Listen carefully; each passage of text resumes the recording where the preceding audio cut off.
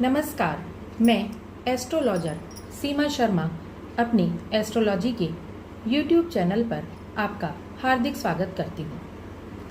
आज मैं आपसे कुंडली के एक बहुत ही महत्वपूर्ण घर, एक बहुत ही महत्वपूर्ण भाव के बारे में चर्चा करने जा रही हूँ, जो अक्सर हमारी जिंदगी में परेशानियाँ, बीमारियाँ, लड़ाई झगड़े, कर्ज जैसी समस्याओं को लेकर आ जाता है। और आप जानते ही हैं कि जब इस तरह की समस्याएं हमारी लाइफ में आती हैं तो हम कितने परेशान हो जाते हैं, कितना अधिक हमारी लाइफ डिस्टर्ब हो जाती है। तो आज हम बात करेंगे कुंडली के छठे घर के बारे में, हमारी कुंडली का 6th हाउस। लेकिन उससे पहले आप हमारे YouTube चैनल को सब्सक्राइब ज़रूर करें, लाइक और बेल आइकन को ज़रूर क्लिक करें, जिससे हमारी आने वाली वीडियोस का नोटिफिकेशन आपको मिलता रहे। तो आइए बात करते हैं कुंडली के छठे घर के बारे में, यानी कि 6th हाउस के बारे में। मैं आपको पहले भी यह बता चुकी हूँ कि हमारी कुंडली में 12 घर होते हैं, लेकिन हमारी कुंडली का जो छठा घर है यह बहुत अधिक महत्वपूर्ण होता है, क्योंकि अक्सर छठे घर के स्वामी की दशाएं आने पर या छठे घर में बैठे हुए ग्रहों की दशा आने पर हमारे जीवन में कर्ज, बीमारी, लड़ाई झगड़े, शत्रुता, मुकदमेबाजी जैसी समस्याएं आने लगती हैं, क्योंकि हमारा छठा घर इन्हीं सारी समस्याओं से संबंधित होता है। यह एक नेगेटिव हाउस होता है जो हमारी कुंडली में नेगेटिव चीज़ों को दर्शाता है, जैसे कि बीमारी और लड़ाई झगड़े वगैरह। इसके साथ ही कर्ज, लोन और शत्रुता को भी, यह मुकदमेबाजी को भी यही घर हमारा दर्शाता है। तो कैसे पता चले कि हमारा छठा घर एक्टिव हो रहा है या हमारे जीवन में जो परेशानियां आ रही हैं वह हमारे 6th हाउस के कारण आ रही हैं? तो हमें यह देखना होगा सबसे पहले कि हमारी कुंडली के छठे घर का स्वामी कौन है।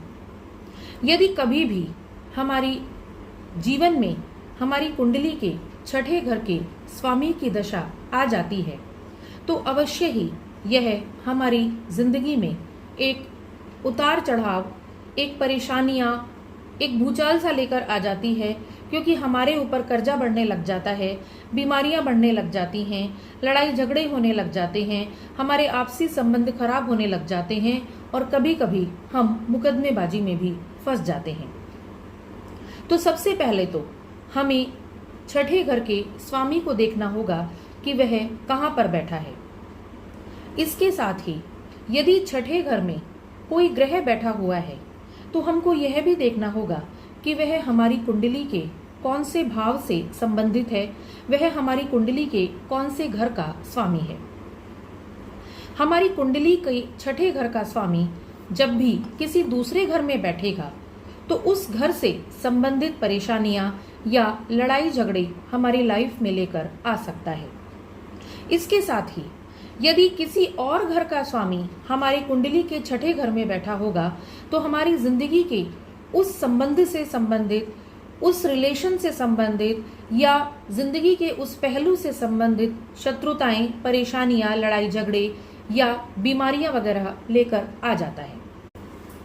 जैसे कि मान लीजिए हमारे लग्न का स्वामी अगर छठे घर में बैठ जाता है तो अवश्य ही वह हमारे जीवन में रोग लेकर आता है, बीमारियां लेकर आता है, क्योंकि लग्न हमारे शरीर से, हमारे मस्तिष्क से संबंधित है। और यदि हमारे शरीर का स्वामी, हमारे मस्तिष्क का स्वामी 6th हाउस में बैठेगा तो अवश्य ही हमारे जीवन में रोग, बीमारियां और परेशानियां बढ़ती चली जाएंगी। इसी तरह से यदि चतुर्थ भाव का स्वामी कभी भी छठे घर में बैठता है तो उस ग्रह की दशा आने पर अवश्य ही हमें प्रॉपर्टी से संबंधित लड़ाई झगड़ों का सामना करना पड़ सकता है। और इसी तरह से सबसे अधिक खराब स्थिति तब हो जाती है जब कभी हमारा सप्तमेश हमारे छठे घर में बैठ जाता है। यदि सप्तम भाव का स्वामी हमारे छठे घर में बैठा होता है तो अवश्य ही हमें कहीं ना कहीं पति या पत्नी के बीच लड़ाई झगड़े या मुकदमेबाजी तक की नौबत आ जाती है।